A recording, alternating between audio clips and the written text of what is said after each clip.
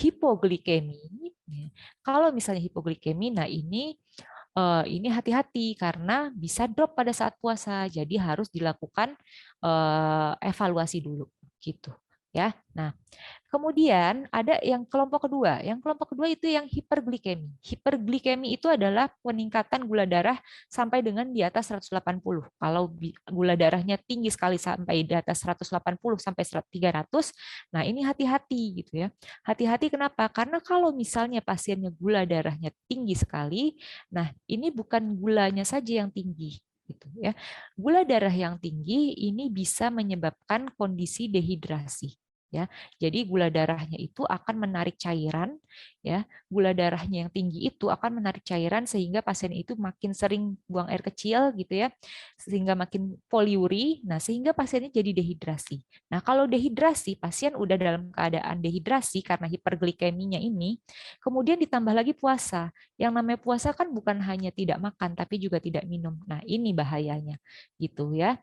Jadi, pada kelompok yang memang gula darahnya itu tidak terkontrol, baik itu hipoglikemi ataupun hiperglikemi, di sini disarankan untuk menunda ibadah puasanya terlebih dahulu sampai dengan gula darahnya dapat terkontrol.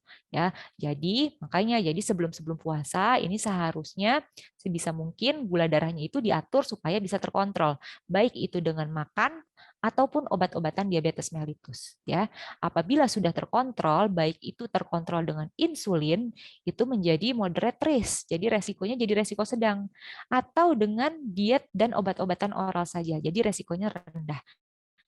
Nah, kalau misalnya sudah resiko sedang atau resiko rendah, nah ini boleh direkomendasikan untuk melakukan ibadah puasa, ya. Oke, jadi seperti yang tadi sudah dikatakan, ya. Puasa itu sebenarnya memang ada manfaatnya. Nah, kenapa puasa ada manfaatnya bagi diabetes mellitus? Nah, di sini sebenarnya kalau misalnya kita melakukan puasa justru itu teratur jadinya, ya. Karena kenapa? Karena kalau misalnya kita puasa itu selalu jam makannya itu pada saat sahur, ya. Dan berbuka puasa pada saat berbuka puasa jam 6. Jadi selalu jam 4 dan jam 6 sore. Jadi teratur semua dan porsi makannya pun akan teratur, nggak akan jauh beda gitu ya, nggak seperti yang sehari-hari kalau misalnya tidak puasa gitu ya. Pasti selama puasa itu porsi makannya itu nggak akan jauh beda gitu. Kalaupun misalnya pada saat buka puasa itu lapar mata gitu ya, kayak jadi pingin makan semua, tapi kan kenyataannya kan pada saat buka puasa kita nggak akan sanggup makan sebanyak itu gitu ya. Jadi tetap akan porsinya itu tidak akan sebanyak apa sih nafsu kita gitu kan untuk buka puasa gitu. Makanya itu jadi sebenarnya pada saat berpuasa itu sebenarnya tujuannya adalah untuk mengatur gitu, mengatur pola makan menjadi teratur. Nah, kalau misalnya sudah teratur, nah ini jadi dapat menstabilkan kadar glukosa dalam darah. Selain itu, makanan juga kan salah satunya kan bisa meningkatkan kolesterol. Dengan berpuasa jadi bisa mengurangi kadar kolesterol. Kalau gula terkontrol, kolesterol terkontrol, akhirnya apa? Tensi yang tadinya punya hipertensi akhirnya bisa terkontrol juga tensinya. Kalau semuanya terkontrol, otomatis bisa meningkatkan sistem kekebalan tubuh. Ya, makanya jadi puasa sebenarnya di sini ada manfaatnya termasuk pada penderita diabetes mellitus ya. Namun balik lagi pada pasien-pasien yang gula darahnya memang belum terkontrol. Nah, ini karena mempunyai resiko high risk dan very high risk. Nah, ini jadi lebih banyak mudorotnya daripada manfaatnya. Makanya karena itu jadi sebaiknya ditunda dulu sampai situasinya gula darahnya jadi terkontrol gitu ya. Kalau misalnya hipoglikemi atau hiperglikemi saja, nah ini masih bisa kita kontrol dengan obat-obatan. Nah, kalau misalnya sudah sampai jatuh ke keadaan ketoasidosis, diabetikum ataupun dehidrasi dan trombosis, nah di sini biasanya sudah pasiennya itu sudah mulai penurunan kesadaran. Biasanya udah mulai nih keliengan-keliengan, udah mulai mau pingsan gitu ya, udah mulai sesak nafas, berdebar. Nah, ini nih udah mulai nih harus segera dibawa ke IGD. Nah, ini udah nggak bisa lagi ya. Ini harus buru-buru karena kondisinya emergensi. Nah, kan kita nggak mau ya komplikasi itu terjadi pada saat puasa gitu ya. Nah, ini merupakan bahaya diabetes mellitus yang tidak terkontrol ya. Yang pertama tadi yang kita bilang itu adalah hipoglikemi ya. Hipoglikemi terjadi pada puasa itu seringnya karena pasiennya ini puasa kan berarti kan menahan lapar gitu ya, berarti kan tidak asupan makannya juga akan berkurang gitu ya. Nah, jadi memang beresiko untuk terjadi hipoglikemi, terutama kalau misalnya pasiennya nggak sahur gitu ya. Jadi kalau misalnya pasien sudah tahu diabetes, jangan sampai puasanya itu tidak sahur. Jadi tetap harus sahur ya. Dan buka puasanya juga harus tetap buka puasa dengan porsi yang sesuai gitu ya. Jadi jangan sampai terjadi gara-gara nggak sahur akhirnya terjadi hipoglikemi ya. Kalau sudah terjadi hipoglikemi, gimana tanda-tandanya? Gimana kita tahu kayaknya saya hipoglikemi nih? Nah, ini puasa itu kan juga bisa ada keluhan lemas dan lapar gitu ya. Nah, tapi kalau pada kondisi hipoglikemi itu bisa sampai terjadi pusing, gemetaran, penglihatan kabur, sampai dengan keringat dingin, kejang-kejang, kebingungan, sampai dengan berdebar, sampai dengan pingsan. Nah kan kalau puasa kan nggak sampai segitunya ya. Biasanya kalau misalnya cuman cuman puasa aja, cuman lemes aja, kecuali sampai dengan keadaan hipoglikemi. Nah, itu baru bisa terjadi kejadian seperti ini. Kalau terjadi kondisi seperti ini, kalau misalnya di rumah memang punya alat untuk mengecek gula darah, sebaiknya dicek gula darahnya. Kalau gula darahnya terbukti memang kurang dari 80, nah berarti memang sudah hipoglikemi. Nah, kalau sudah hipoglikemi, apa yang dilakukan? Udah batalin puasanya gitu ya. Kalau memang sebelumnya puasa, batalkan puasanya. Kalau misalnya memang masih sadar, ya, kalau masih sadar langsung buru-buru makan permen paling gampang ya, makan permen atau makan apapun yang manis, gula gitu juga nggak apa-apa gitu ya. Atau kalau misalnya bisa minum, ambil segelas air, masukin 2 sendok makan gula pasir, dilarutkan, diminta untuk minum perlahan-lahan, disendokin aja dulu gitu kan. Karena pada kondisi hipoglikemi itu penurunan bisa menurun, kesadaran bisa menurun maksud saya ya. Kesadaran bisa menurun jadi harus hati-hati tersedak ya. Nah, jadi dicoba dikasih minum sedikit-sedikit. Dilihat setelah 15 menit perbaikan atau enggak. Jika setelah 15 menit terjadi perbaikan, ya sudah langsung dikasih makan. Tapi jika 15 menit kemudian belum ada perbaikan, disuruh minum lagi, boleh yang tadi dihabisin misalnya ya, cairan gula yang tadi disuruh dihabisin dulu pelan-pelan tapi ya. Nah, sampai dengan kondisinya stabil, sampai dengan sadar. Setelah sadar baru segera dikasih makan. Udah batalin aja dulu puasanya ya. Setelah itu segera konsultasi ke dokter, bilang ke dokternya, dok tadi saya hipoglikemi. Saya mengalami kondisi hipoglikemi. Saya berdebar-debar, hampir pingsan, dok. Nah, itu. Biar dokternya juga akan melihat, melakukan evaluasi kenapa bisa jadi hipoglikemi. Ya. Yang kedua adalah hiperglikemi. Bahaya yang kedua adalah hiperglikemi. Dikatakan hiperglikemi itu apabila gula darahnya sangat tinggi, bisa sampai lebih dari 300 ya. Kalau misalnya terjadi hiperglikemi, nah ini kenapa nih bisa terjadi hiperglikemi padahal pasiennya puasa. Nah, ya, harusnya kan kalau puasa kan gula darahnya turun, kok bisa hiperglikemi? Ini biasanya pada kondisi-kondisi pasien-pasien yang pintar biasanya. Kenapa saya bilang pintar? Karena biasanya pasien-pasiennya ini dia mikirnya gini, saya kan puasa gitu ya. Saya puasa jadi ya udah kalau gitu nanti gula darah saya akan turun sendiri dengan puasa. Jadi saya obatnya akan saya kurangi nih dosisnya. Saya kurangi sendiri atau bahkan ada yang sampai menyetop obatnya atau insulin. Insulin di stop. Jadi dia nggak minum obat dan juga tidak memakai insulinnya pada saat puasa. Nah, ya udah gitu. Dia sahur kemudian tidak minum obat atau tidak suntik insulin. Nah, pada saat setelah sahur tidak ada obat atau tidak ada insulin yang berfungsi untuk membawa si makanan yang dia makan habis sahur itu untuk masuk ke dalam selnya. Akhirnya yang terjadi apa? Gula darahnya yang harusnya masuk ke sel karena nggak ada obatnya, nggak ada insulinnya, akhirnya ya udah dia muter-muter aja di darah gitu ya. Nah, jadinya yang terjadi adalah hiperglikemi. Nah, ini biasanya yang terjadi ya. Jadi nggak boleh ya, nggak boleh pada saat puasa itu atur-atur dosis sendiri atau malahan tidak meminum obat atau menyetop insulin sendiri ya, tidak boleh karena bisa terjadi kejadian hiperglikemi. Ini yang bahaya ya. Gejalanya gimana kalau misalnya terjadi hiperglikemi? Kalau terjadi kejadian hiperglikemi biasanya pasiennya merasa mulutnya mulai kering nih, mulut terasa kok kayak kering banget nih mulut gitu ya. Walaupun puasa juga mulutnya kering, tapi ini keringnya benar-benar kering ya. Kering kemudian sering merasa kehausan gitu. kehausannya tuh bener-bener bukan kayak orang puasa biasa nih, bener-bener hausnya tuh hausan seperti sedang hiperglikemi itu berbeda ya. Kemudian pusing karena sangat tinggi gula darahnya, penglihatannya mulai buram, buang air kecil jadi lebih sering, kemudian mulai, nah kalau misalnya sudah sampai terengah-engah nih, nafasnya mulai sesak, nah udah nih mulai berarti gula darahnya kemungkinan besar sudah di atas 300. Hati-hati kalau sudah seperti ini. Ya, nih kalau sudah seperti ini harus segera bawa ke IGD, ke rumah sakit ke IGD. Kenapa? Karena berarti gula darahnya sudah sangat tinggi sehingga apa yang terjadi? Terjadi dehidrasi pada tubuhnya. Ya, udah gula darahnya tinggi sekali, kemudian pasiennya itu nggak minum obat, nggak ada insulinnya di dalam tubuh, kemudian terjadi dehidrasi. Udah gitu dia puasa, nggak minum, nggak ada cairan, makin dehidrasi lagi. Ya, nah udah ini bisa makin buruk ya, kondisinya makin makin jelek ya. Nah, jadinya nanti harus segera dibawa ke IGD atau ke rumah sakit ya, karena pasiennya biasanya sudah mulai penurunan kesadaran nih kalau kayak gini. Jadi udah nggak bisa minum lagi, harus dimasukin infus ya. Jadi hati-hati ada kondisi hiperglikemi ya. Nah, jadi bagaimana kiat-kiat untuk penyandang diabetes pada waktu puasa? Nih, jadi dari awal sebelum puasa penyandang diabetes harus melakukan pemeriksaan kesehatan terlebih dahulu.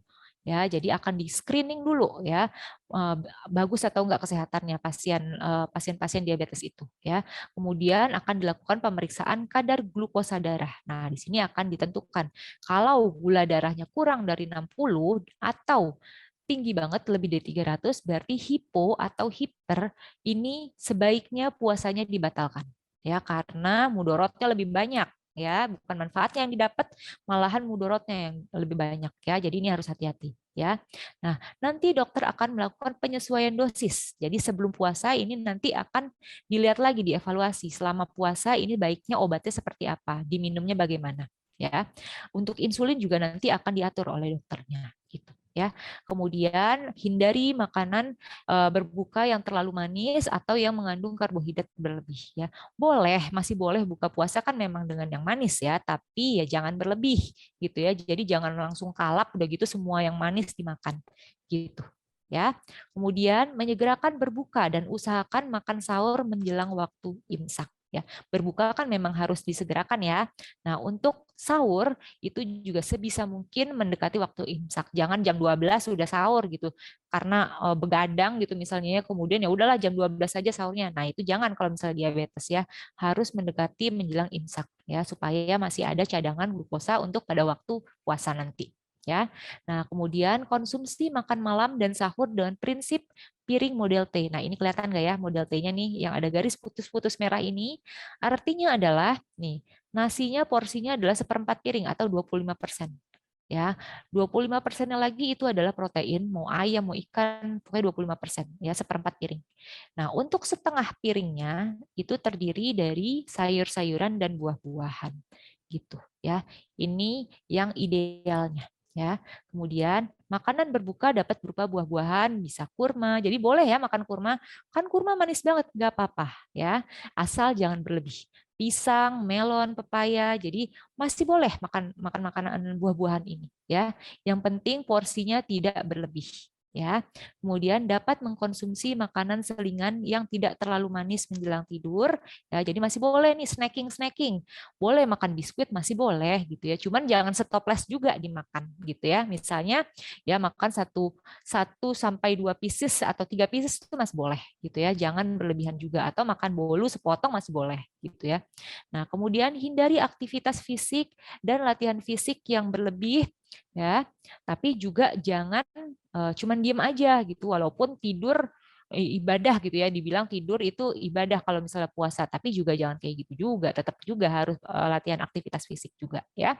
Kemudian selalu konsultasi dengan dokter dan tenaga kesehatan lain selama menjalankan ibadah puasa. Selalu bilang, "Dok, kok saya kemarin kayaknya agak kelingan ya waktu puasa gitu ya. Jadi saya buka deh." Atau, "Dok, saya kok agak sesak nafas ya kemarin waktu puasa, tapi masih sanggup sih gitu." Nah, coba konsultasikan semuanya ke dokter ya. Oke. Nah, ini merupakan diet diabetes yang dianjurkan, yaitu dengan aturan 3J. Jumlahnya sesuai, jenisnya sesuai, dan jadwalnya sesuai. ya. Untuk jumlahnya itu sebisa mungkin disesuaikan dengan berat badan gitu ya. Nah, ini sebaiknya memang konsultasi terlebih dahulu ke dokter, terutama ahli gizi, konseling gizi ya.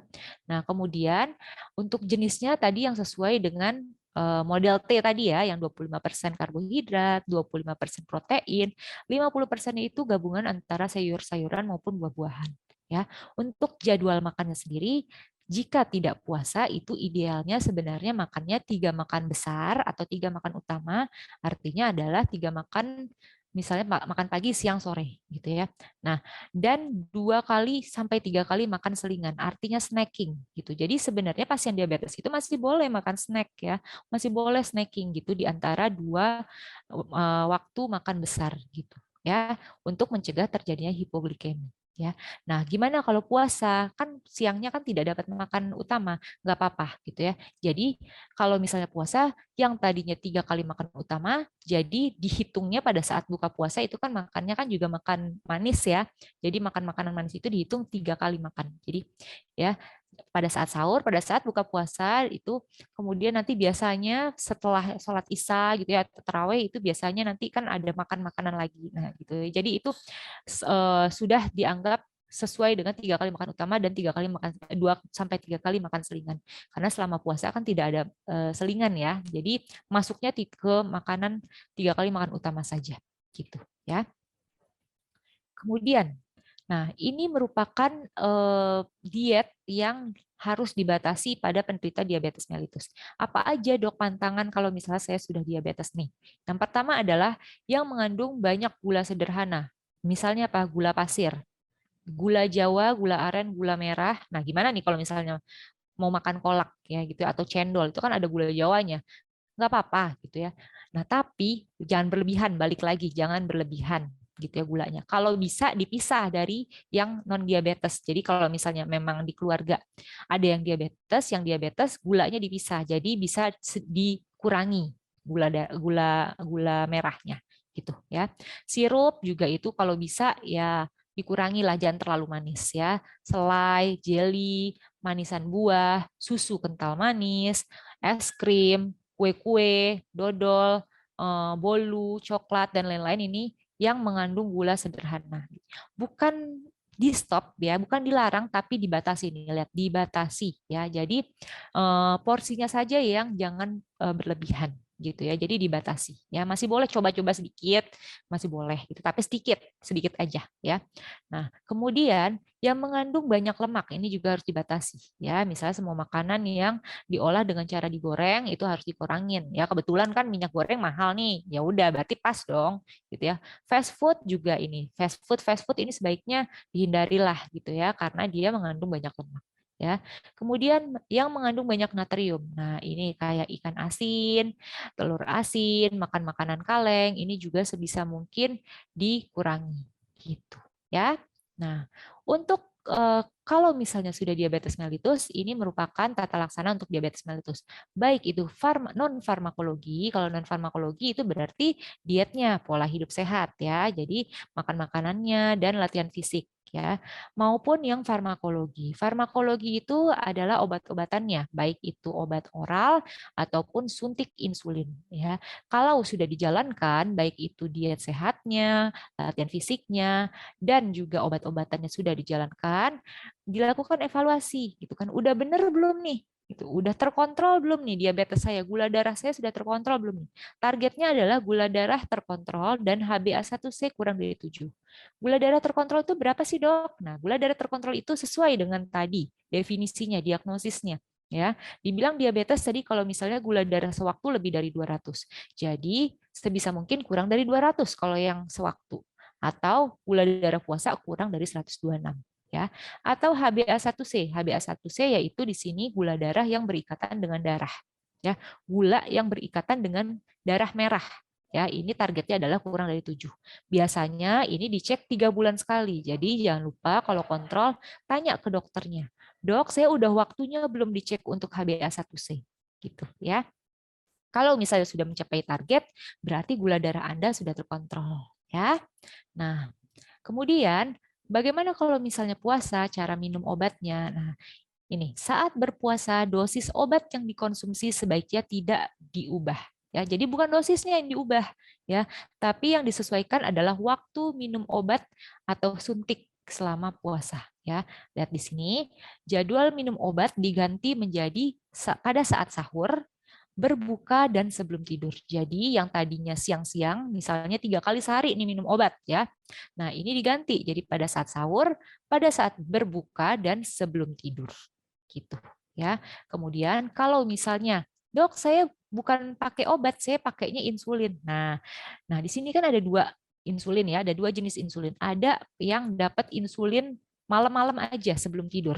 Ya, dia dapat insulinnya malam-malam aja. Kalau misalnya dapatnya yang malam-malam aja, nah aturannya adalah seperti ini. Kalau pasiennya itu dia dapat insulin malam sebelum tidur, biasanya jam 10 malam disuruh suntikinnya, itu sebenarnya untuk mengontrol gula darah yang paginya. Jadi biasanya kalau misalnya dia suntik jam 10 malam, jam 8 pagi kan makan nih. Sarapan kan biasanya jam 7, jam 8 pagi gitu ya. Jam 8 biasanya, jam 7 masih masak kali. Nah, kalau misalnya makan jam 8 pagi, itu sebelum makan, itu gula darahnya masih terkontrol. Masih kurang dari 200 karena efek obat yang disuntikin malam gitu ya. Jadi obat yang malam itu untuk mengontrol gula darah sampai dengan pagi. Pas pagi-paginya ini jadi gula darahnya udah terkontrol. Makanya dia boleh makan lagi. Gitu ya. Nah, pada saat puasa, nah ini si pasiennya ini kan dia bukan berarti tidak makan, hanya jamnya aja berubah. Biasanya makan jam 8, ini jadi maju jam 4 subuh, sahur gitu ya. Makanya jadi karena makannya maju dari jam 8 pagi dimajuin jadi jam 4 subuh, ya, suntik insulinnya yang tadi jam 10 juga maju ya. Jadi disuntiknya kapan? Sebaiknya pada saat berbuka puasa gitu ya. Jadi sama-sama maju. Jadi waktunya yang dimajuin gitu ya. Lalu gimana kalau misalnya yang dapat insulin jangka pendek? Dok, saya biasanya dapatnya yang 3 kali sehari. Nah, ya ada yang 2 kali sehari, ada yang 3 kali sehari, bukan malam, pagi dan sore atau pagi, siang, malam gitu ya. Nah, kalau misalnya kayak gini, nah ini sebaiknya disuntikinnya 2 kali saja. Kenapa? Karena siangnya kan puasa, ya nggak ada asupan makanan. Jadi disuntiknya ya udah, berarti disuntikinnya 2 kali aja pada saat sahur dan pada saat buka puasa. Nah, untuk dosisnya yang siangnya gimana dok? Kan siangnya nggak disuntikin, berarti nggak dapat dong dosis yang siang. Nah, ini nanti yang atur akan dokternya yang atur gitu kan. Dosis yang siang ini sebaiknya dikemanain nih? Ke yang disuntik pagi atau ke yang suntik sore atau suntik malam. Nah, ini akan disesuaikan gitu karena setiap pasien, setiap individu itu berbeda-beda ya. Ada yang tingginya lebih tinggi di pagi, ada yang lebih tinggi di malam gitu ya. Jadi harus ke dokter, memang harus ke dokter untuk disesuaikan mana yang ditinggikan dosisnya, yang pagi atau yang malam. Karena ingat, tiap pasien itu beda-beda, jadi nggak bisa dipukul sama rata. Ya, nah balik lagi, ini tidak mengubah dosis obat diabetes. Jadi nanti akan diatur oleh dokternya. Yang diatur itu lebih ke waktu untuk minum obat selama puasa, gitu ya. Oke, sampai sini itu saja yang saya sampaikan. Ya, silakan saya kembalikan ke moderator ya. Yang pertama nih dok, dari Firda Wafa Askia dari Denpasar. Jauh banget nih dok, dari Denpasar.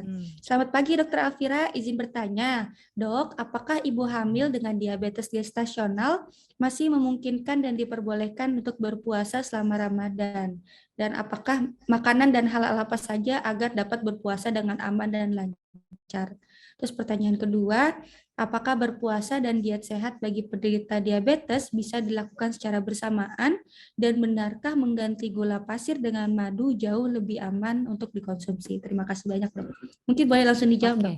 Untuk yang pertama ini terkait dengan diabetes gestasional ya. Jadi untuk diabetes gestasional itu adalah penderita, jadi pasiennya itu hamil gitu ya. Jadi pada ibu hamil tapi baru ketahuan dia ternyata gula darahnya pada saat hamil, biasanya trimester kedua ketiga tuh baru ketahuan kalau ternyata gula darahnya tinggi. Pada waktu trimester 1 atau sebelum kehamilan tuh gula darahnya normal-normal aja gitu ya.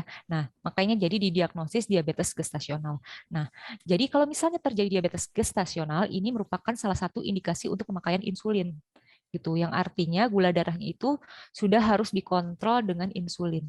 Nah, pada kondisi ini berarti perlu kontrol dari gula darah gitu ya. Nah, apakah pasien ini boleh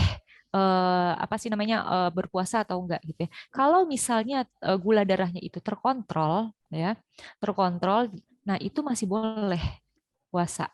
Tapi biasanya itu pasiennya itu kalau hamil ada HEG takutnya hiperemesis gravidarum, ada mual muntah parah gitu ya. Nah, kalau misalnya ada kondisi lain gitu ya yang dapat beresiko untuk menurunkan gula darah atau menyebabkan gula darahnya jadi tidak terkontrol, baik itu dengan insulin ataupun dengan obat gitu ya. Ya udah, jadi sebaiknya dianjurkan untuk tunda aja dulu. Itu amannya sih selama hamil. Kalau misalnya memang gula darahnya nggak terkontrol gitu ya, ya udah amannya sih ya udah tunda aja dulu. Apalagi kalau misalnya ada komorbid gitu ya, atau misalnya kayak HEG gitu, ya udah makan aja udah susah gitu, nanti makin drop gitu ya. Kemudian Oke. yang kedua itu tadi terkait dengan Berpuasa dan diet sehat apa, Dok? Iya, Jadi, berpuasa jadi dan ini diet sehat. berpuasa dan diet sehat bagi penderita diabetes bisa dilakukan bersamaan. Jadi ini bukan cuman pada saat bulan puasa aja ya maksudnya ya. Jadi Betul, Dok. misalnya Mm-mm. puasa Senin Kamis gitu ya, maksudnya kayak gitu kali ya, gitu. Nah, Mm-mm. jadi sebenarnya bisa gitu. Jadi puasa itu kan tadi kan sebenarnya membuat kita jadi teratur makannya tuh jamnya jadi teratur gitu ya. Jadi porsinya juga jadi teratur. Bisa gitu kan. Asal ya balik lagi gula darahnya terkontrol atau enggak. Kalau misalnya memang gula darahnya itu sudah terkontrol, baik itu dengan obat ataupun insulin, biasanya kan kalau misalnya pasien diabetes itu kan rutin kontrol ya, paling enggak tiap bulan itu pasti ke rumah sakit atau ke poliklinik itu untuk pastiin gula darahnya terkontrol atau enggak gitu. Kalau misalnya didapatkan trennya nih normal terus, gula darahnya bagus terus di bawah 200 terus atau gula darah puasanya di bawah 126 terus ya. Nah, ini nggak apa-apa gitu kan. Boleh. Anda boleh puasa walaupun bukan bulan puasa ya.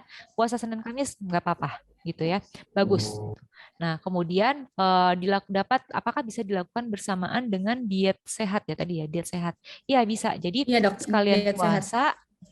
puasa, sekalian diet sehat. Jadi tapi tetap ya, jadi untuk jadi bukan karena rutin puasa gitu, kemudian dengan diet sehat juga, jadinya saya perlu minum obat atau enggak. Nah, ini harus dilihat. Apa yang harus dilihat gitu. Bukan cuma gula darahnya, ya, tapi juga tadi HbA1c. Ya, karena kalau misalnya gula darahnya itu saat itu sedang teratur gitu ya, sedang bagus, sedang terkontrol, tapi HbA1c-nya masih tinggi, ya, misalnya di atas 7,5 gitu ya, berarti kan belum belum terkontrol, berarti memang paling enggak dapat obat satu macam gitu. Jadi bukan berarti dengan puasa dan diet aja berarti udah bisa tanpa obat.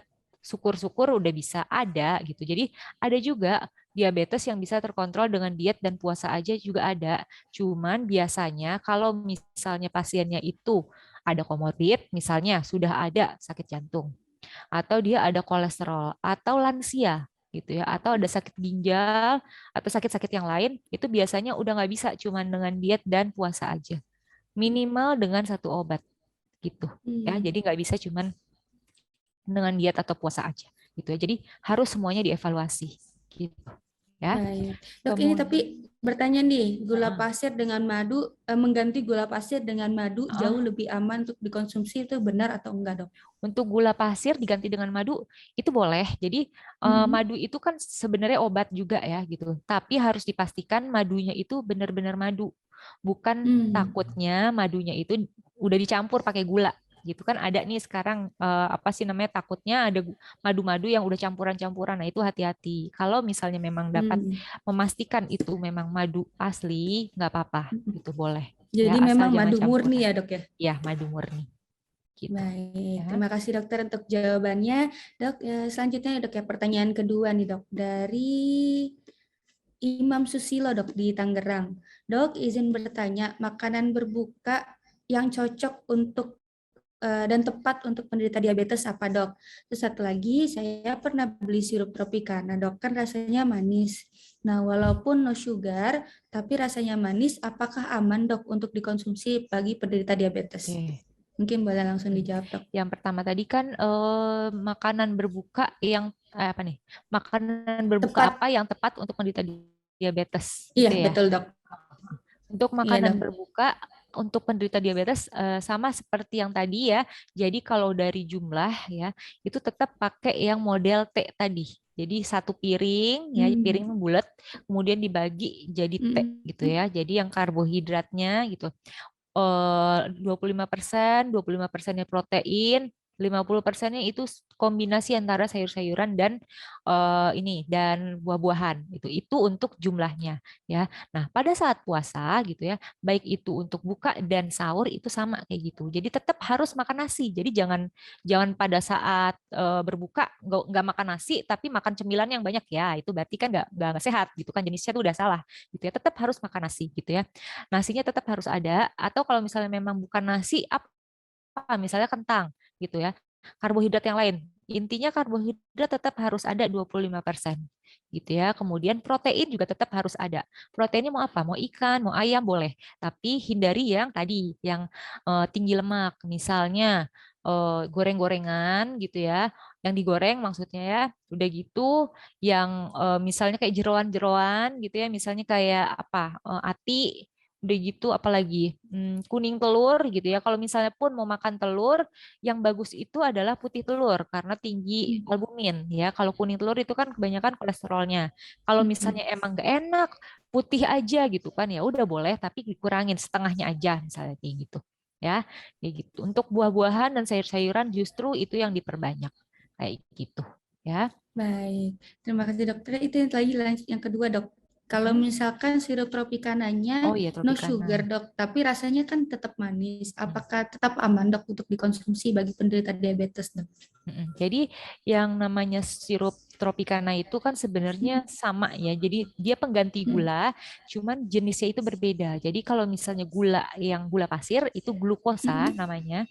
Nah, kalau gula ini yang tropicana itu gula jagung, itu kan kandungannya Mm-mm. itu fruktosa gitu biasanya gitu ya. Nah, jadi dia akan tetap manis karena sama-sama gula. Cuman kalau misalnya dia bukan glukosa, ini biasanya lebih mudah di metabolisme gitu sehingga dia lebih mudah untuk dicerna sehingga yang beredar di dalam darah itu lebih sedikit, dia lebih gampang masuk ke sel gitu, lebih gampang masuk ke organ gitu. Gampangnya sih seperti itu penjelasannya gitu. Makanya jadi memang Baik lebih baik dokter. gitu ya. Baik dok, terima kasih dok untuk jawabannya dok. Selanjutnya nih dok, mungkin dari Elita. Selamat siang Dokter Alfira, izin bertanya dokter, olahraga apa saja yang aman dilakukan penderita diabetes saat menjalankan puasa dok? Dan bagaimana pengaturan mengkonsumsi obat metformin 3 kali sehari? Kan mungkin tadi sudah dijelaskan ya dok ya untuk pengaturan obatnya. Dan bagaimana tips mengatasi gastropati diabetik saat menjalankan puasa? Terima kasih dokter. Oke. Jadi ini yang pertama itu tadi olahraga ya. Untuk olahraga, Iya. jadi pada olahraga itu baik itu diabetes ataupun tidak diabetes, baik itu apa namanya saat tidak puasa ataupun tidak puasa.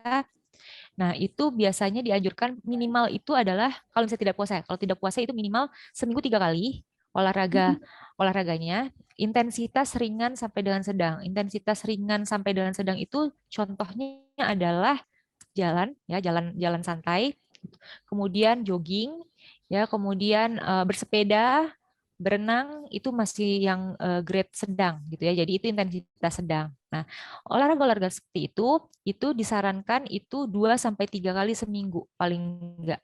2 sampai 3 kali seminggu dengan lamanya itu sekali olahraga paling enggak 30 menit gitu ya. Itu untuk intensitas sedang atau senam senam gitu ya, zumba gitu. Nah, zumba itu juga masih masuk yang sedang gitu. Nah, itu masih boleh tuh untuk apa sih namanya kalau misalnya keadaan-keadaan yang sedang tidak puasa. Jadi seminggu 2 sampai 3 kali, sekali olahraga itu biasanya 30 menit gitu ya.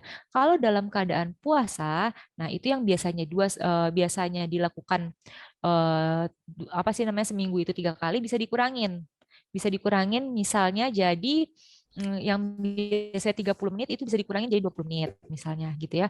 Untuk waktunya juga itu seminggu sekali juga nggak apa-apa gitu ya. Seminggu sekali sampai 2 kali. Paling enggak seminggu itu ada olahraga sekali gitu ya dengan intensitas ringan Oke. sampai dengan sedang kayak gitu. Baik, dokter. Baik, dokter. Ini udah ada yang raise hand nih, dok. Mungkin mau langsung bertanya dengan dokter.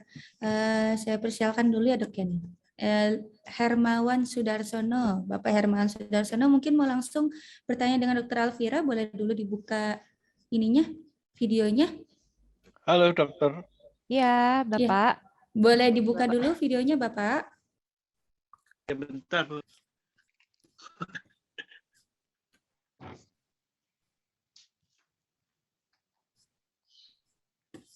Halo dokter. Iya, Pak. Silakan, Pak. Ya, saya mau tanya Pak Bu ya. Kan ada diabetes tipe 1 dan 2. Terus bedanya apa? Terus kalau apa? Untuk faktor keturunan itu diabetes yang terkena itu diabetes tipe berapa? Terus apakah bisa dicegah diabetes itu? Oke. Ya. Nah, untuk pertanyaan Ya, terima kasih. Oh ya, baik ya. Untuk pertanyaan yang pertama tadi ada diabetes tipe 1 dan tipe 2 ya tadi ya yang ditanya ya bedanya ya. Nah, bedanya itu adalah kalau diabetes tipe 1 itu lebih pada anak-anak ya. Jadi dia diabetes tipe 1 itu pada anak-anak ya. Biasanya kalau misalnya dewasa itu diabetesnya tipe 2. Anak-anak itu diabetes tipe 1 ya. Kenapa tipe 1 itu pada anak-anak? Karena dia memang penyebabnya itu karena adalah autoimun gitu. Jadi memang si autoimunnya itu, penyakit autoimunnya itu menyebabkan si pabriknya itu yaitu pankreas tidak dapat memproduksi insulin lagi dan itu pasti terjadi pada anak-anak. Dari kecil dia udah ada gitu. Jadi dari kecil tuh pankreasnya emang udah nggak bisa menghasilkan insulin. Makanya jadi memang pada anak kecil karena dia memang dari kecil ya. Nah, kalau misalnya diabetes tipe 2, nah diabetes tipe 2 itu waktu kecil nggak apa-apa, pankreasnya baik-baik aja gitu. Insulin tetap diproduksi dengan normal, seperti orang normal. Nah, cuman karena pola hidupnya, terutama pola makannya tuh nggak sehat, biasa makan makanan manis, ya, kemudian makan makanan yang pola hidupnya pokoknya nggak sehat ya. Jadi pola makannya makan yang kolesterol, makan minyak, udah gitu makan yang manis-manis terutama. Nah, ini menjadikan si pankreasnya itu jadi capek ya si pabriknya ini nih jadi capek gitu karena dia beban glukosa yang dia dapat kok kayaknya ada terus gitu banyak banget gitu akhirnya si pankreas itu jadi capek sehingga dia udah nggak mampu lagi memproduksi si insulin ya jadi karena si lifestyle-nya ini ya sehingga si insulinnya ini yang tadinya diproduksinya normal ini jadi produksinya tinggal sedikit habis cadangan-cadangannya atau jadi tumpul. Kalaupun dia masih bisa produksi, fungsinya itu jadi sudah menurun. Itu adalah diabetes tipe 2 yang pada dewasa gitu. Nah, biasanya ini orang-orang yang lifestyle-nya pola makannya nggak sehat gitu. Makanya jadi pankreasnya jadi udah mulai rusak nih kalau misalnya nggak sehat pola makannya gitu ya. Jadi sebenarnya dia waktu Baik, kecil dok. nggak apa-apa gitu. Tadi pertanyaan berikutnya apa ya Pak Hermawan? Bisa dicegah atau enggak, dok? Oh, Untuk diabetes itu. nah, untuk yang diabetes tipe 1 itu nggak bisa dicegah karena penyakit autoimun. Memang ada kelainan autoimun pada pankreasnya gitu ya. Jadi memang si pankreasnya itu nggak bisa memproduksi si insulin. Jadi pada diabetes tipe 1 dia akan tergantung sekali dengan suntik insulin. Mau nggak mau dia harus masuk insulin karena memang nggak punya insulin badannya gitu ya. Jadi itu memang tergantung pada insulin gitu. Pada anak-anak yang diabetes tipe 1 nggak boleh main-main itu, nggak ada tawar-menawar ya. Kalau diabetes tipe 2 ini kan karena lifestyle. Jadi kita sendiri yang bisa mencegah supaya kita nggak terkena diabetes tipe 2 gitu ya. Jadi pola makan kita harus sehat. Jangan terlalu sering makan yang manis-manis. Kalaupun makan manis-manis itu jangan terlalu sering dan apa sih frekuensinya dikurangi dan intensitasnya juga jangan terlalu banyak gitu ya. Kemudian yang lemak-lemak juga itu dibatasi. Olahraga juga jangan lupa supaya terbakar gitu ya. Yang tadinya misalnya makan kolesterol ya udah akhirnya dibakar cepat gitu ya. Itu. Jadi pola makan kita bisa mencegah kita terkena diabetes tipe 2 gitu ya. Terutama pada pasien-pasien yang faktor resiko, punya faktor resiko yang tadi pertanyaan berikutnya. Ya, apakah diabetes keturunan atau enggak ya? Nah, ya diabetes itu eh, dapat diturunkan, tapi tidak harus dapat gitu ya. Jadi misalnya saya punya keturunan diabetes, ibu saya ada diabetes misalnya. Apakah saya pasti diabetes? Enggak. Tapi saya mempunyai resiko lebih tinggi untuk terkena diabetes. Ya, jadi misalnya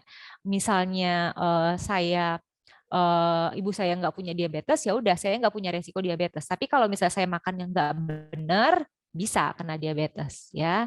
Tapi karena ibu saya punya diabetes, jadi saya beresiko lebih tinggi lagi gitu. Ya bisa 2 sampai 3 kali lebih gampang kena diabetes. Kayak gitu ya. Nggak harus kena diabetes, tapi bisa kena diabetes lebih gampang kalau misalnya memang ada keturunan yang diabetes. Gampangnya sih seperti itu. Gitu ya. Oke. Tadi ada lagi Baik, ya? terima kasih. Makasih, udah cukup dok dari yang Bapak Hermawan sudah selesai dijawab. Mungkin sudah cukup menjawab ya Pak Hermawan ya. Oke dok, selanjutnya nih dok, dari mungkin agak nyambung nih dok sama pertanyaannya Bapak Hermawan dari Ninil Widya Sutik di Pasuruan.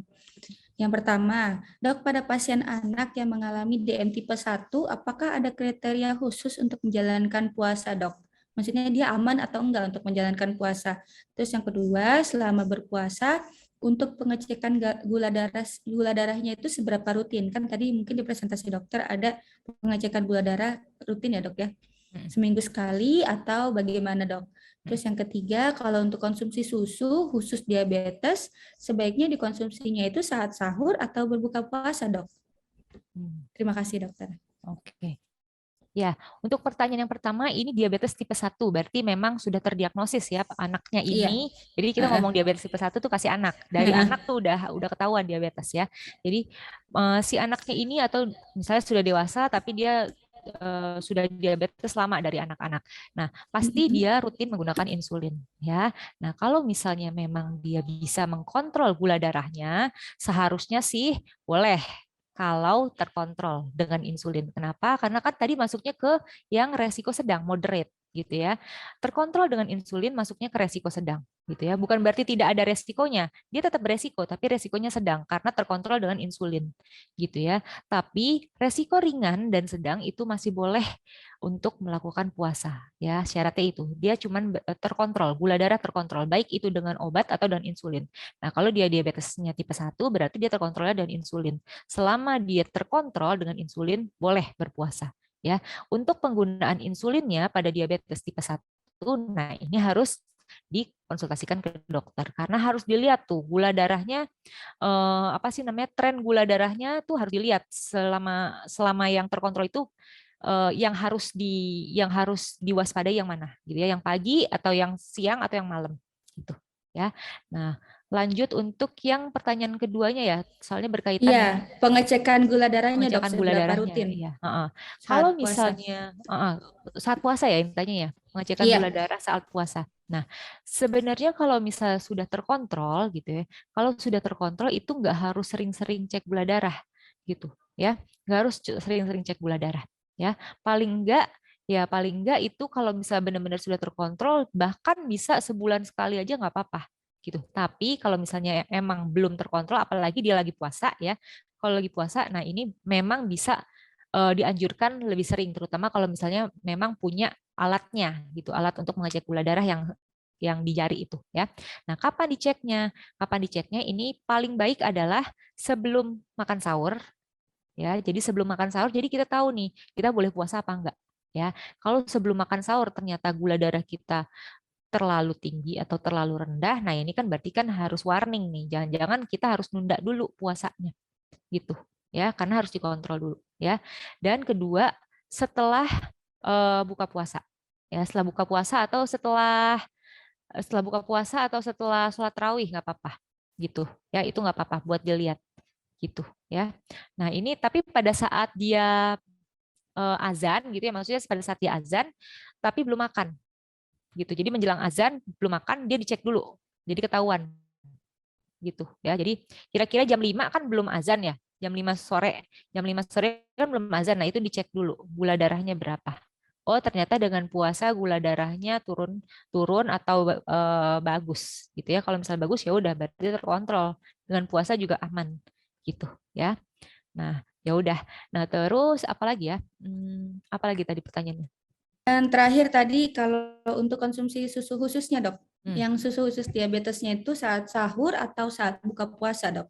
Oh, kalau untuk susu untuk diabetesnya itu, kalau misalnya bagusnya sih ya, karena biasanya kan pada saat buka kan udah makan takjil, itu kan udah manis. Jadi sebisa mungkin susu itu dialokasikan ke yang sahur gitu. Jadi untuk simpanan cadangan energi saat berpuasa gitu, dan biar nggak double pada saat pada saat berbuka puasa.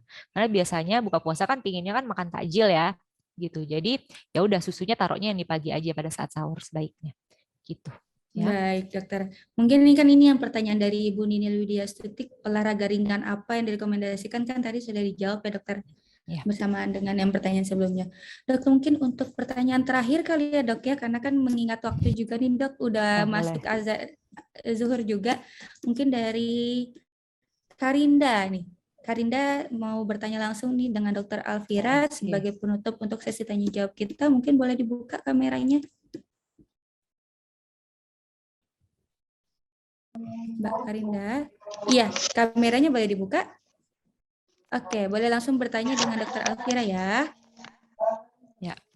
Ya, dok, selamat siang. Saya mau tanya nih dok, saya kan tidak ada riwayat dari keluarga inti penderita diabetes, tapi waktu saya ke dokter SPOG untuk program hamil, saya diresepkan suatu obat yang sama halnya untuk mengobati diabetes. Nah, apakah diet yang cocok, yang sesuai dengan obat itu, dan gimana cara saya untuk rutin cek gula darah apakah saya diabetes atau enggak gitu dok. Jadi ini ada masalah di objinnya ya tadi ya? Iya, diresepkannya metformin gitu dok. Jadi memang kalau misalnya yang PCOS itu ya? Yang PCOS itu. Ya, jadi kalau PCOS itu merupakan polycystic ovarium syndrome ya. Jadi suatu sindrom itu merupakan kumpulan gejala. Jadi dia gejala-gejalanya itu karena ada kista yang multiple gitu ya, polikistik gitu ya. Jadi kista multiple di rahim, bukan di rahim, di ovariumnya gitu ya, di indung telurnya gitu. Nah, si indung telur itu kalau misalnya dia membentuk kista yang banyak ya. Nah, ini dia bisa memproduksi salah satu produknya itu adalah hormon insulin gitu. Jadi hormon insulin itu juga bisa diproduksi oleh si ovarium ini salah satunya gitu. Jadi makanya tadi Mbak karena ada polikistik, nah jadinya kemungkinan jadinya terjadi gangguan nih pada insulinnya. Terjadi gangguan pada insulinnya sehingga Mbak jadi gula darahnya bisa tinggi gitu. Gula darahnya jadi tinggi sehingga Mbak jadinya harus minum obat metformin tadi. Gitu ya. Buat apa? Karena untuk menstabilkan si gula darah pada Mbak gitu ya. Nah, jadi ini termasuk diabetes tipe lain, Nah, seperti yang tadi sudah diterangkan, kalau diabetes tipe lain itu obatnya itu adalah yang mengatasi penyebab aslinya. Kalau misalnya penyebab aslinya adalah yang PCOS tadi gitu ya, seharusnya yang PCOS-nya tadi yang diobati gitu. Jadi baiknya konsultasikan lagi ke bagian kandungan, ini mau diapain PCOS-nya? Apakah bisa diobati atau bagaimana? Apakah dapat dengan mengatur pola makan saja atau bagaimana gitu ya? Karena salah satu treatmentnya juga dengan pola makan. Jadi pola makannya juga diatur gitu ya. Nanti dikasih dianjurkan untuk terapi-terapi dietnya itu yang rendah kolesterol dan lain-lain. Itu termasuk salah satu terapi untuk yang PCOS-nya itu. Gitu, untuk mencegah gula darahnya juga semakin tinggi gitu. Karena efek sampingnya salah satunya memang jadi hiperglikemi karena terjadi gangguan hormon insulin juga karena si penyebabnya si PCOS-nya ini. Gitu ya. Nah, untuk metformin sendiri itu merupakan salah satu obat untuk hiperglikemi, jadi obat yang untuk menurunkan gula darah, tapi tidak mempunyai efek atau efeknya sangat sedikit sekali untuk menyebabkan hipoglikemi, gitu ya. Jadi aman untuk diminum 3 kali sehari, gitu ya. Dan resiko hipoglikeminya atau resiko Mbak akan jadi gula darahnya akan turun itu sangat rendah. Makanya jadi dia termasuk obat yang paling aman gitu. Makanya jadi direkomendasikan itu pertama kali gitu. Sampai kapan makan metforminnya? Sampai gula darahnya normal dan PCOS-nya itu teratasi. Jadi balik lagi harus konsultasi lagi ke obginnya itu. Karena harus diatasi itu yang penyebab gula darahnya itu. Tinggi kan PCOS-nya Jadi itulah yang harus diatasi. Ya. Baik. Baik. Terima Ya, kasih Dokter sama-sama. Alfira. Mungkin sudah cukup menjawab ya Mbak Karinda ya. Dok, karena keterbatasan waktu kita nih, saya mohon maaf juga Dokter kepada Widya para... Dokter Widya boleh minta tanya nggak sekalian nih, soalnya menyangkut tentang DM. Boleh? Iya, boleh. Boleh Dokter Alfira, satu pertanyaan lagi ya sebelum kita tutup. Selamat siang dokter. Dok mau tanya ya, kenapa kalau orang tuh ada yang bakatnya LDL-nya tinggi, ada juga yang trigliseridnya tinggi, dok? Lain-lain orang. Kalau mungkin saya bakatnya itu LDL-nya tinggi ya, dok. Kalau bagi orang yang trigliseridnya tinggi, itu akan lama-lama menjadi diabetes bukan, dok? Itu pertanyaan pertama. Dan yang kedua, dok, kalau orang dengan komorbid kemudian DM dengan GGK, itu gimana ya, dok, penanganannya ya? Apakah disarankan jangan berpuasa? Sebab kan harus kontrol juga, insulin juga harus kontrol juga, dia punya kecukupan mineral, dok. Itu aja mungkin, dokter. Salam sehat. Terima kasih, Dokter Widya. Ya, oke. Untuk pertanyaan yang pertama ya. Boleh langsung dijawab, Dok. Boleh langsung. Untuk pertanyaan yang pertama tadi terkait dengan LDL dan trigliserid ya. Jadi memang ada masing-masing individu itu berbeda gitu ya. Ada yang bakatnya dia memang tingginya itu di LDL-nya, ada yang di trigliseridnya. Ini tergantung sama metabolisme lemak si pasiennya. Nah, ini dan kebetulan si LDL dan trigliserid ini adalah yang jahat gitu ya. Jadi LDL dan trigliserid ini adalah kolesterol yang jahat. Termasuk pada kalau misalnya memang ada diabetes. Nah, ini yang dipantau trigliserid dan LDL-nya ini. Ini jadi di metabolisme di pankreasnya itu nanti dia yang terkena utama memang LDL dan trigliserid. Makanya inilah yang pertama kali sangat aware untuk dikontrol baik itu trigliserid maupun LDL. Kalau misalnya ada diabetes ini cut off-nya adalah LDL kurang dari 70, trigliserid adalah kurang dari 150. Itu harus tercapai gitu ya. Bagaimana cara mencapainya? Pola makan sama obat-obatannya itu ya. Biasanya kalau misalnya memang pasiennya belum pernah mengkonsumsi golongan statin ya. Nah, itu biasa dicoba dulu dengan statin gitu. Harapannya adalah statin itu karena statin itu mempunyai efek untuk LDL maupun trigliserid gitu. Jadi harapannya adalah dengan statin ya itu dinaikkan sedikit-sedikit pelan-pelan dosisnya sampai mencapai dosis optimalnya. Nah, ini bisa mengurangi baik itu LDL maupun trigliserid. Kalau misalnya memang trigliseridnya itu tinggi sekali sampai di atas 300, nah ini sudah indikasi untuk obat-obatan seperti yang untuk mengurangi trigliserid gitu ya, ezetimibe misalnya kayak gitu ya. Untuk yang kedua tadi pertanyaannya apa tadi? Pertanyaan yang kedua? Boleh. Ya, kalau orang yang punya diabetes tapi sekaligus dia punya GGK juga, dok. Oh, jadi bagaimana dia kontrol ya? insulin, makan, kemudian mineral. Itu jadi campur aduk, dok. Terima kasih. Oke, itu untuk GGK tuh maksudnya gagal ginjal kronik ya, CKD ya? Iya, betul dokter. Betul, dokter. Gagal ginjal kronik. Oke, jadi memang kalau misalnya kenapa pasien dengan diabetes dan komorbidnya itu adalah CKD atau gagal ginjal kronik itu harus hati-hati gitu kan, karena pada pasien-pasien dengan gagal ginjal kronik atau CKD itu biasanya resiko hipoglikeminya itu tinggi gitu. Kenapa? Karena si ginjalnya itu kan dia berfungsi untuk memfiltrasi, termasuk salah satunya adalah glukosa. Nah, pada pasien-pasien dengan CKD yang stage-nya itu sudah stage 3 ke atas gitu, misalnya 3, 4, 5, nah ini prone to hipoglikemi. Jadi beresiko tinggi untuk hipoglikemi gitu. Jadi biasanya kalau udah CKD terus dia ada diabetes, yang biasanya diabetesnya itu dia butuh insulin dengan dosis sekian gitu ya misalnya. Nah, ini dosisnya tuh biasanya lama-lama akan diturunkan. Gitu. Lama-lama akan diturunkan sampai kadang-kadang malahan bisa tanpa insulin, bisa lepas tanpa insulin gitu. Karena dia justru justru akan cenderung untuk hipoglikemi gitu. Nah, makanya jadi itu yang harus diwaspadai. Nah, apakah pasien CKD dengan diabetes itu bisa berpuasa? Bisa gitu, asal dia terkontrol gitu. Jadi sebelum berpuasa itu balik lagi harus dikontrol dulu. Apakah memang dengan diabetes dan CKD-nya itu gula darahnya sudah terkontrol atau belum? Kalau misalnya memang dia terkontrol masih dengan insulin, ya udah gitu kan, boleh, tapi dengan syarat gula darahnya terkontrol dengan insulin. Atau kalau misalnya memang sudah lepas dari insulin, cuman pakai OAD, yang penting terkontrol dengan OAD-nya. Yang untuk elektrolitnya biasanya pada pasien-pasien CKD itu juga bisa sering terjadi gangguan elektrolit, terutama kalium, ya, hiperkalemi biasanya. Nah, ini kalau misalnya CKD-nya itu baik-baik aja gitu ya, maksudnya jadi dia tidak ada kondisi akutnya gitu, tidak ada kondisi seperti asidosisnya atau tidak ada overloadnya atau tidak ada yang lain-lainnya, itu biasanya dia boleh berpuasa gitu ya. Untuk elektrolitnya selama berpuasa kan kurang minum. Kalau kurang minum itu takutnya adalah hiponatremi gitu misalnya gitu. Karena kan natrium berarti kan yang kurang kan karena minum. Nah, itu ya udah nggak apa-apa.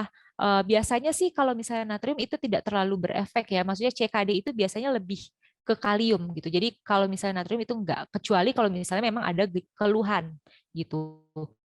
Dan kalaupun misalnya ada keluhan itu biasanya itu bisa ditangani kalau misalnya hanya puasa itu enggak sampai derajat sedang atau berat gitu. Biasanya hanya derajat ringan saja. Jadi ya udah buka puasa aja kalau misalnya ada keluhan-keluhan seperti gangguan elektrolit. Misalnya kalau hiponatremi pasiennya jadi lemas gitu ya. Kemudian lemas sih biasanya ya, lemas sudah gitu jadi pingsan gitu kan, atau ada kebas-kebas misalnya kayak gitu. Nah, itu ya udah buka puasa aja kalau kayak gitu. Ya, buka puasa udah gitu ya udah. Kalau misalnya emang diperlukan obat oral ya udah boleh minum obat natrium yang oral per oral gitu ya. Kalau misalnya memang puasa tapi dia ada diare gitu ya. Nah, ini baru yang hati-hati.